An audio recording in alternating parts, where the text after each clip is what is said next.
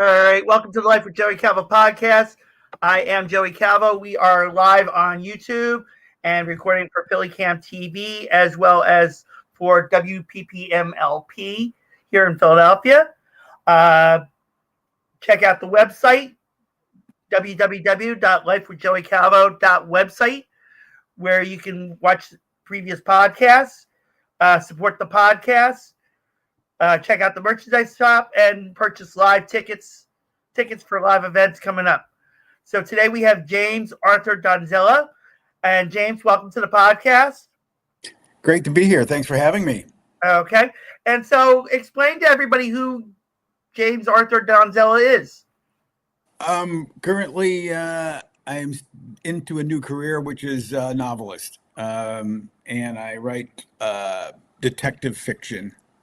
I'm living in Northern California in the Eureka area, Humboldt County, among the redwoods. I used to live in Los Angeles and worked a number of different jobs, everything from advertising to radio to script reader for Disney Channel. And when COVID hit, basically lost my job and was sitting at home all day driving the wife insane.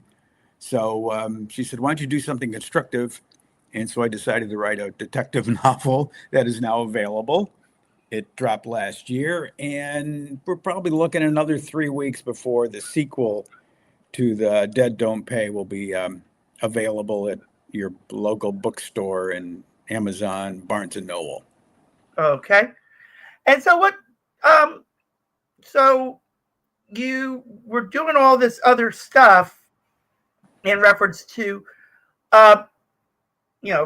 filmmaker and so on. But you mentioned script reader for Disney Channel. Can you explain what actually that is? I rarely ever hear this. Right. I did it for ABC, NBC, and Disney Channel. And what happens is that screenwriters will submit story ideas, scripts to the outlets, whether it's television or film.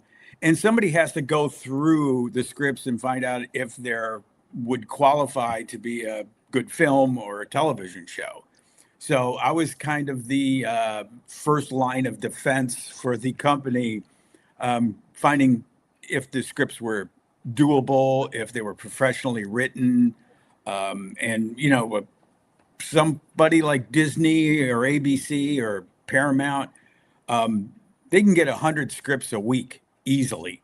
And somebody has to go through those. So I would be the first line of reading the script, analyzing if it had potential, and either rejecting it or moving on to the next level. Okay. So, yeah, because I never heard of someone, I never heard of an actual script reader. I probably would assume that when you send a script in, it goes right to the, the people that are that are looking for the artistic talents that are looking for new shows or new show ideas, right? Not realizing that they actually it's actually a step ladder to get to them. Yeah, I did what was called coverage. I'd read the script and then do a 2 or 3 page report on the good points, the bad points, what the possible budget could be. You'd read a script where they're blowing up cars and shooting down airplanes. It's going to be more expensive than, taking place in on a farm with a community or whatever. You just needed one location. So that would be all part of the analysis that would get a script from the initial writing stage into the development department. All right. So let me just throw this example at you just for the heck of it. Sure. In reference to it. There's this superheroine. Okay. She's like Wonder Woman. Has almost the same powers as Wonder Woman, minus the lasso in reference to it. And every week she fights crime. And as she fights crime, she comes across new villains. So, and and she has no secret identity. Okay, so she is this superheroine 24/7, and like I said, she does.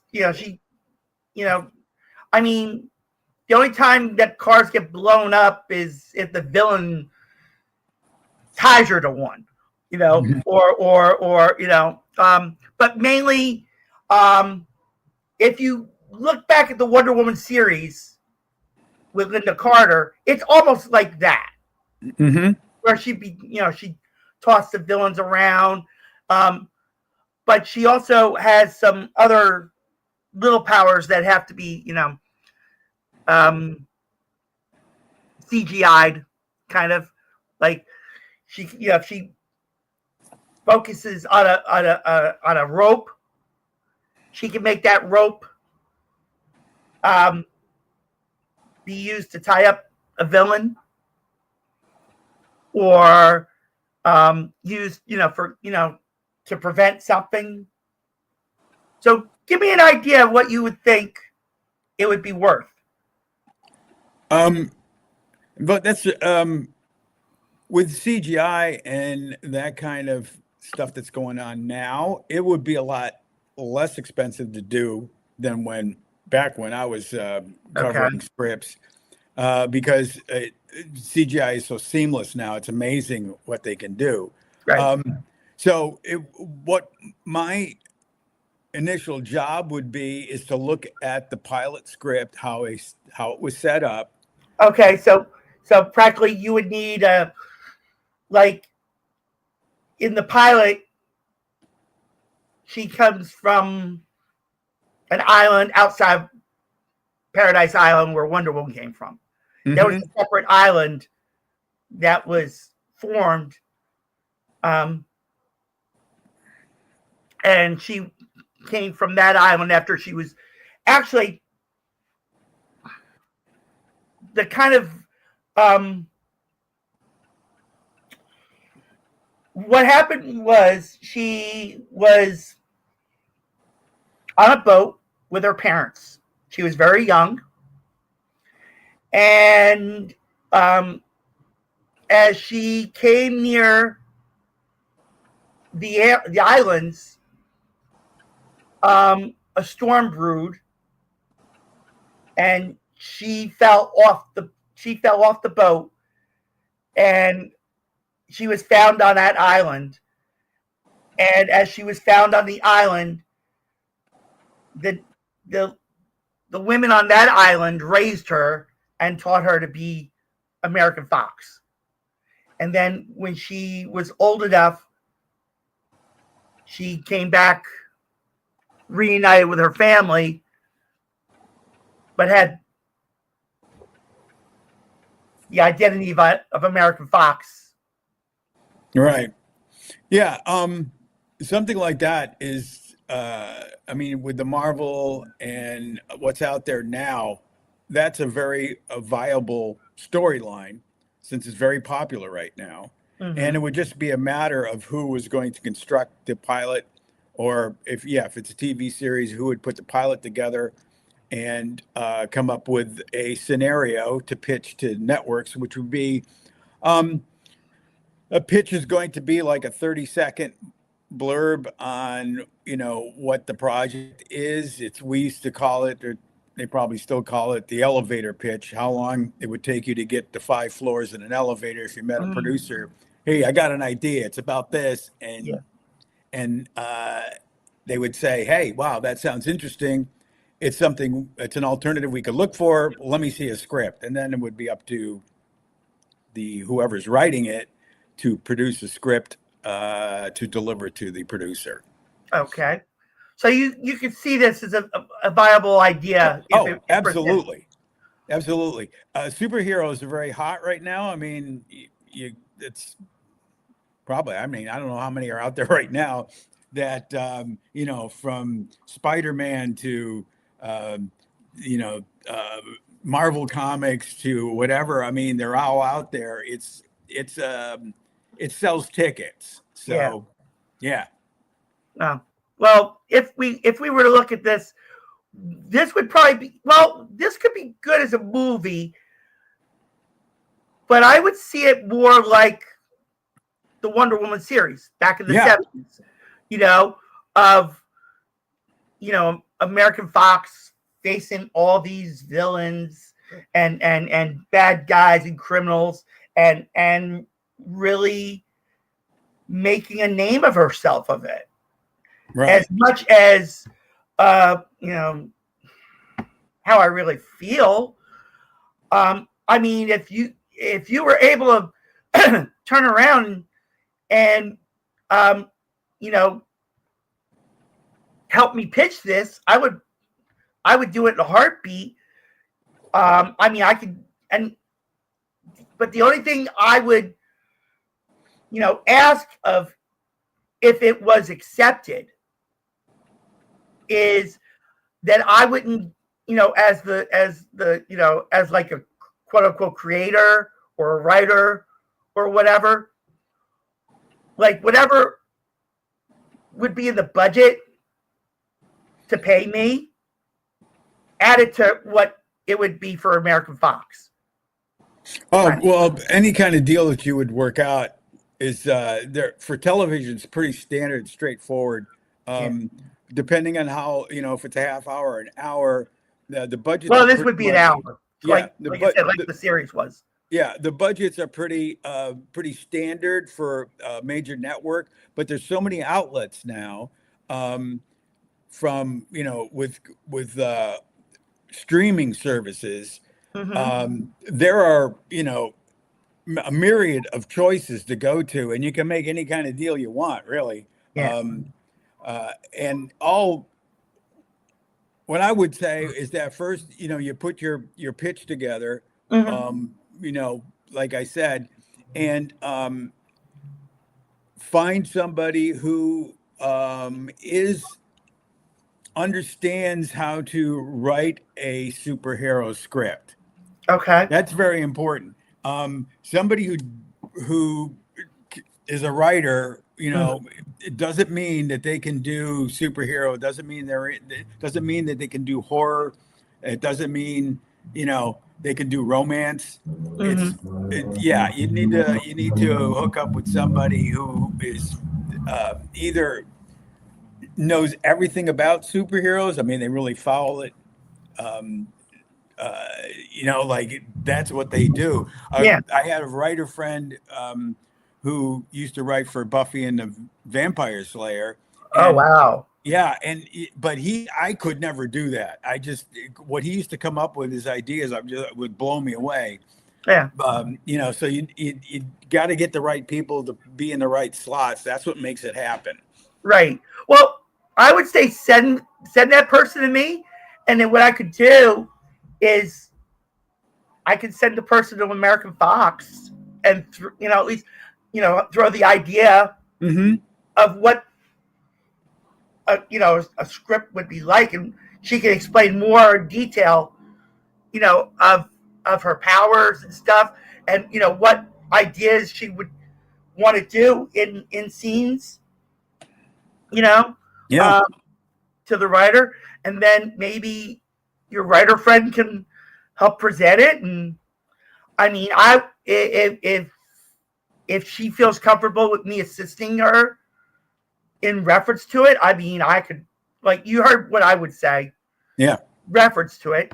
I mean, it was something I wanted to do. It's it's a matter of to sell my first book, it was a matter of going through every day, sending queries to agents and publishers day after day after day. It took about 18 months before I found one. So it's a process, but if you're really dedicated and you really do it, you'll find somebody that's going to want to jump on the project. Yeah. Well, like I said, I definitely will pass your email along. Yeah. And, you know, right now, I think he's retired, but, you know, who knows? We don't even just to come up with an idea off of it, you know, and then if he needs more information, I will pass her email. Yeah.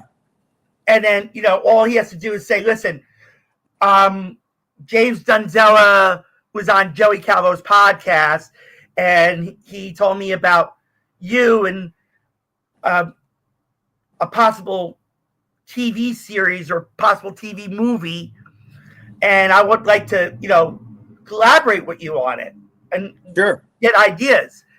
And matter of fact, I can even send you the email, as well, and that way, so like when I, send this, I could turn around and give you, you can reach out to American Fox and at least discuss it. I mean, the worst that could happen is there may not be an interest, but it wouldn't hurt. Absolutely. And plus, if everything works out, let it benefit American Fox more than me. Right. Because this is something that she deserves. She does a lot as it is now. And I believe this would really benefit her life and, Yeah. And even, create, gain more fans. Sure. I'll tell you about the one thing about this industry. You have to learn how to accept rejection and move on. I mean, it's a process, and you can't get discouraged. You can't, you got to follow through, and you have to be able to have a thick skin because I mean, I've gotten so many, emails back from my queries. No, this isn't right for us, but thanks for, thanks for asking. And you just got to deal with it. Well, my thick skin kind of went out years ago. So, I mean, everything that, I'm like Murphy's Law. Anything that goes wrong does. Yeah. So that's why, like, in reference to this, I'm bringing it out, but at the same time, it's more for her than for me. Right. In reference to it. It's more of a benefit for American Fox to bring out in reference to it. So what we're going to do very quickly, excuse me, is we're going to take a couple minutes because American Fox actually has questions for James that we're going to present. So we're going to take a quick minute. We're going to play some good music. And we're going to come right back and bring out those questions from American Fox. So stay tuned.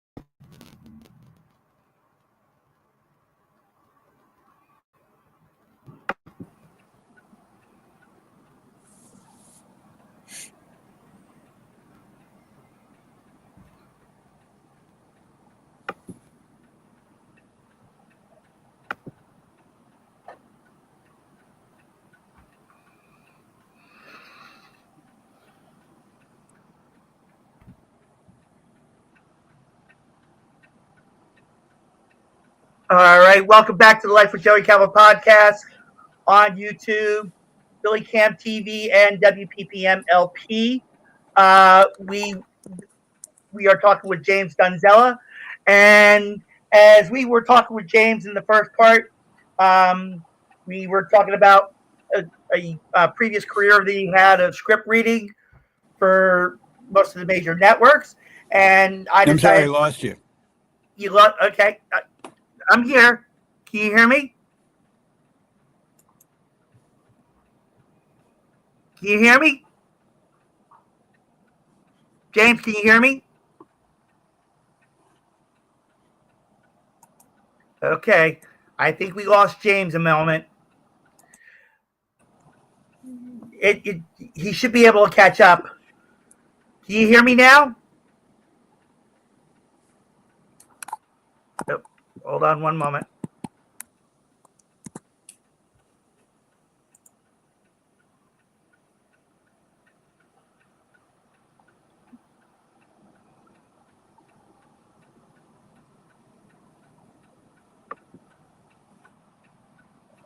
Can you hear me? Joey, can you hear me? Yeah, I can hear you. I can't hear you. Okay, give me a moment.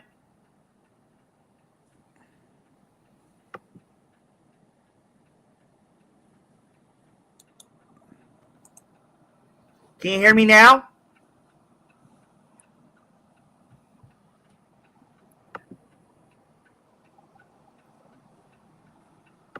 Hold on.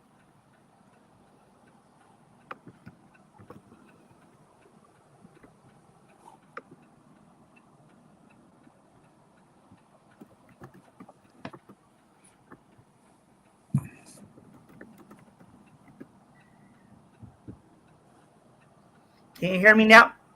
Not yet. Not yet? Okay. Should be able to hear me.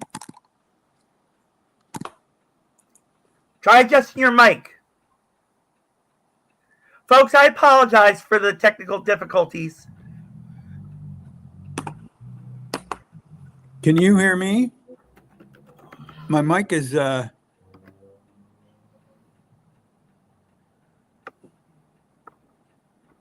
I can hear you. I can't hear you though. That's weird. Let me take myself off a minute.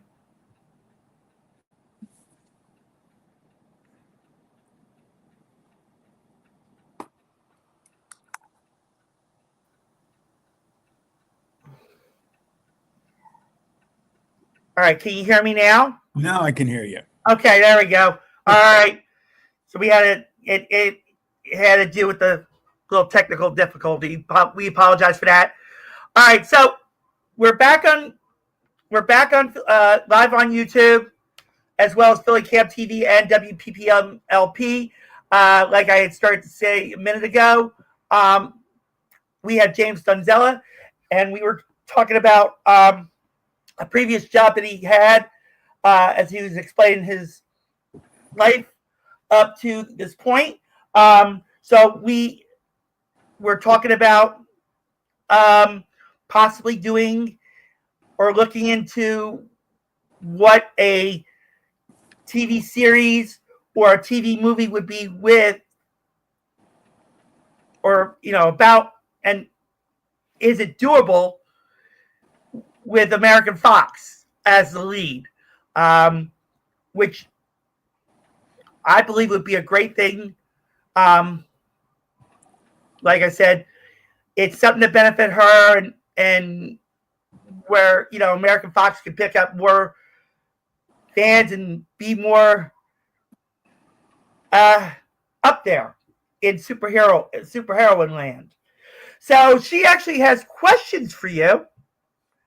So the first question that she has for you is, first of all, you didn't mention about the service, but she does thank you for being in the service. And how did you get interested in the writing? It was pretty much something that I always thought about, but I didn't really explore it until I got a job with an ad agency, and we were doing print ads for direct mail and magazines and stuff. And so I kind of worked my way up that I was doing that. And for the kind of just for my own enjoyment and kind of for, giggles, I would take the legitimate advertising and I'd write phony parodies that were funny. Mm-hmm. And so it was pretty enjoyable. People liked it. And so I had an opportunity in Los Angeles to write a couple of commercials for a radio program. And then I did a parody, and somebody said, "Hey, that's pretty good. I'd like you to do one for this." It was actually an actual business. Mm-hmm. And so I did. And then he said, "You're pretty funny. Why don't you come on? We can use you on the staff." And that's how I started writing. I was basically writing jokes for prep service. And all the other guys that I worked with, they were writing scripts and they were doing this and they were doing that. So I decided, hey, I could probably do the same thing. So I took a screenwriting course at UCLA, and it was something just I was doing in my spare time until things started to click. Okay. All right. So question number 2 from American Fox is this. Do you have any mystery books, movies, or TV shows that help you write? Yes. I read just about, let's see, probably 5 or 6 different authors, everything from Dashiell Hammett, Raymond Chandler, Michael Connelly. Since my detective fiction is a noir series, I watch Noir Alley on TCM every Saturday night. Either that or I record it or watch it on Sunday because just to get a feel for the dialogue and how they used to do it back in the day. So I like the Rockford Files because Detective James Rockford is not always the smartest tool in the shed. He makes mistakes. He gets himself in trouble. And so he's not the perfect detective, and neither is my guy. He's not perfect. So those are the kind of things I watch. Law and Order, absolutely, for how police procedurals are done. So that's how I get my ideas. That's how I kind of get into the swing of things, so to speak. Okay. I'd like to make a side note on that, folks. There is a reboot of the Rockford Files being done with David Boreanaz stepping in the James Garner character of Rockford. Wow. I didn't. That is posted, supposedly rumors happening that it will happen in 2027. Good to know. In reference to the Rockford Files being brought back to life in the 2027 form, in reference to it. So, question number 3 from American Fox is this. What other interests do you wish to pursue? Oh, right now, probably, go back to script writing again, write a couple of scripts. Okay. Because I haven't done it in so long, and I think I would probably want to do a half-hour comedy and see what I can do with that. Oh, gee, all I have to do is give you my life. That's a comedy in itself. Yeah. So the idea that, would you even challenge the idea that I brought up before the commercial? I wouldn't know where to even start. To tell you the truth, it's not. It wasn't an interest of mine. So, Okay. To be perfectly honest, any writer who can do more than one, I totally respect, and I'm in awe of them because I don't know how they can separate it all. I don't know. I just wouldn't know where to start. Sometimes I really question myself because I don't think I'm that good. I think I think I'm fooling. Somebody's going to catch on that I barely know what I'm doing. But Yeah. yeah, I'd like to stick to what I think I know I can do. Okay. The others going beyond that gets kind of scary. Okay. So I'm going to give you this idea. Maybe this will help you, start your little screenwriting idea. A podcast host from Philadelphia who just has doubts about himself in his life. And you could turn around and make it off of, I'm trying to remember the show that was kind of off of that. Well, Martin was a DJ. Yeah. And then there was Frasier, but Frasier was a professional. Yeah. But we all have doubts about ourselves, which is the but I'm trying to think of the show. I think there was a show back in the 80s with William Ragsdale called Herman's Head. It was on Fox, believe it or not. I don't remember that one. Okay, I remember it. I used to watch it because he worked, but he had like 4 people in his head, and those 4 people were like kind of like almost the main characters. Even though he was the main character in the show, but they were controlling what he was saying. Oh wow! And it was funny. It was supposed to be. It was a comedy. It didn't last long. That's probably why you didn't hear it. But it was actually on Fox. I remember watching it. And it had William Ragsdale. So if you look it up, if you Google it, it's called Herman's Head with William Ragsdale. Okay. Yeah, I should remember that easily. It was 19. Well, Fox started in the 80s, so it had to be right around because it was there when Married with Children came. So it had to be when Fox came out in reference to that. Okay, yeah. Yeah. And like I said, it was funny. I mean, there was was a plus size guy who's always sitting in a lounge chair. There was a young lady.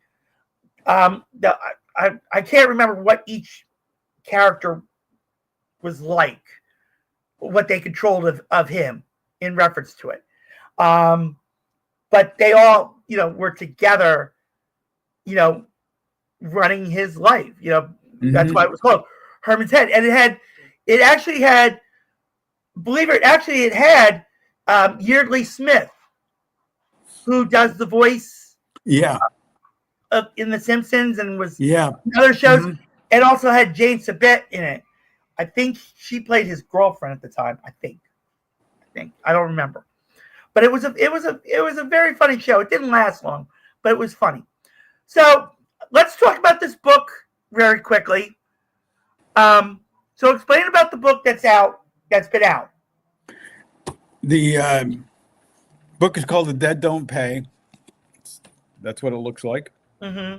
And it's a San Francisco private detective who gets hired by a young lady to perform a service. Very simple. He just had to go pick up an item and deliver it. But when his car breaks down, he's a couple hours late, and the person he was supposed to deliver the package to is no longer there. And then he finds out that his client's been murdered, and he has to solve the crime. It takes place in San Francisco. The year is 1948, so it's post World War II. Mm-hmm. And the guy has to, work by his wits. There's no cell phones. There's no Google. Right. If he has to call somebody, he has to find a phone booth. Mm-hmm.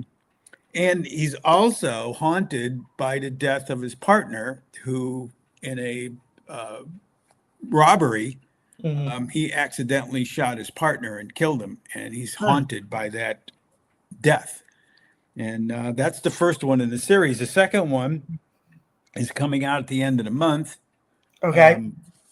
Actually, I do have a mock-up of that cover. It's called Murder Wrapped in Mink, Okay. and his client has been falsely accused of a murder, and he has to solve that crime. Okay. So once again, it takes place in San Francisco. It's really an homage to the old school private detective in the city of San Francisco, because there is a lot of references to some of the old places that used to be in San Francisco back in the day. And it's very, I've been told it's very Raymond Chandler-ish and Dashiell Hammett-ish in style. So I'm very proud of that. For So those like me, I'm sorry. For those like me that don't know, who are those people that you just mentioned? Raymond Chandler wrote a whole series of novels, and most of them have been turned into movies. And it's the Farewell, My Lovely is one, which was done in the 40s. Of course, Humphrey Bogart played Philip Marlowe, who was the Raymond Chandler detective in one of the movies. I think Robert. No, yeah, it was Robert Montgomery, Lady in the Lake. In that movie, that was done. For Dashiell Hammett, of course, that's Spade, and The Thin Man. Michael Connelly is the Bosch detective series. Those are the guys. Those are the primary guys I read. Okay. All right. So now that we explained, about the novel you wrote, The Dead Don't Pay, and the new one that's coming out at the end of the month, where do you see yourself? I know we touched on other things, that in the questions from American Fox, but where do we see you in the next 5 to 10 years? I've got 4 more outlines that I'm working through. So book 3 will be out at the first of the year, and the 4th installment probably somewhere in the early summer, late spring.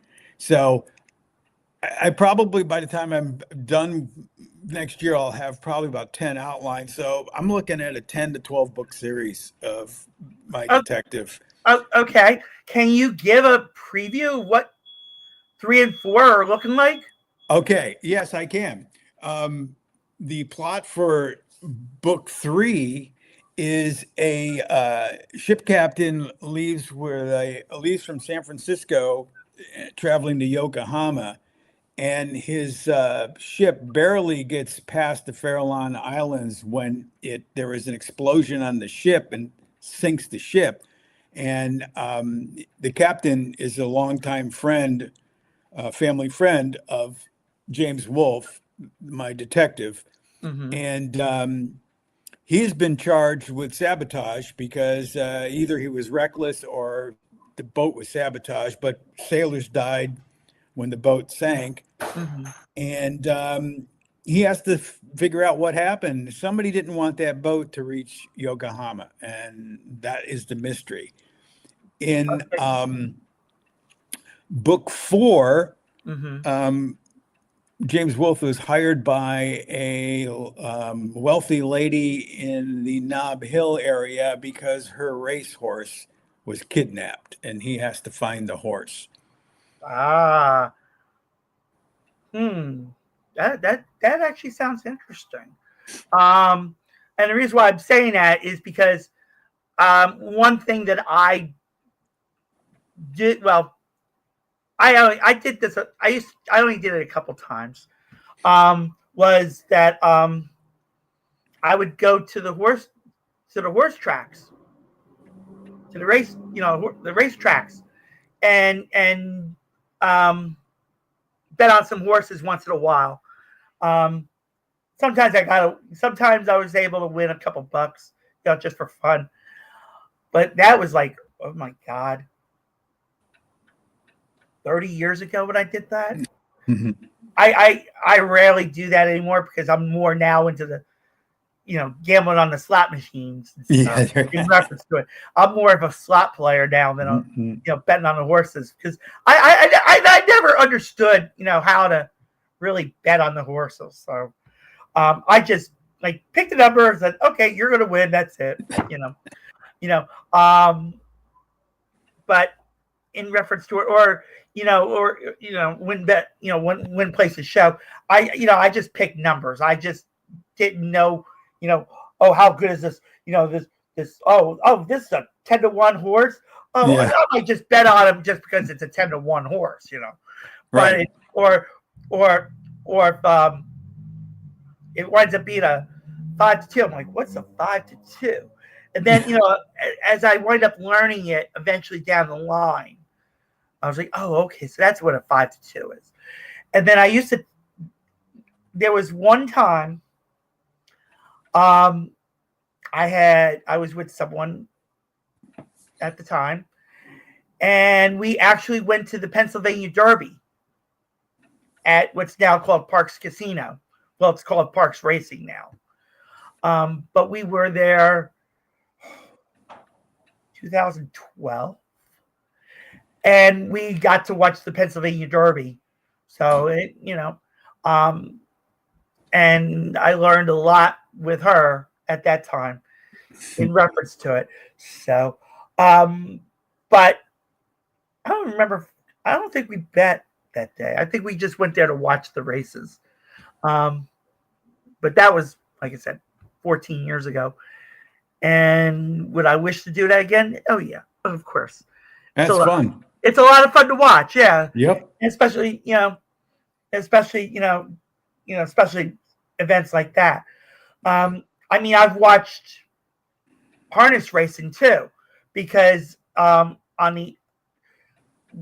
let's just say it this way: there's horse racing on either side of where I live. We have Parks Casino in Bensalem, Pennsylvania, that does the thoroughbred. Harris, Philadelphia, in Chester, Pennsylvania, does the harness. And so, same thing, try to figure how that worked. But watching it, because I used to watch it on TV growing up as well. I don't know. I don't know if it was because of my dad. I don't remember offhand, but I just used to watch it. Or I think I watched it with him. Yeah, I used to watch too. Yeah. So we have a couple minutes left. How can people reach out to you in reference to maybe, talking to you about like stuff that we've talked about? Sure. They can go to my website, which is James A. Donzella, wordsmith.com. And just type in my name, go to .com. I have a website. They can see what's coming up. Sometimes I put up short stories. And they can also contact me there by just, clicking on the contact button, and they can ask whatever questions they want. They can get on my email list so they know when new stuff is coming out. And is that correct? Yep, that's it. Okay. All right. So definitely, and I'm sorry, I didn't mean to cut you off. I mean, was there more you wanted to add? We're good. Okay. So, James, thank you so much for coming on the podcast, first of all. Excuse me.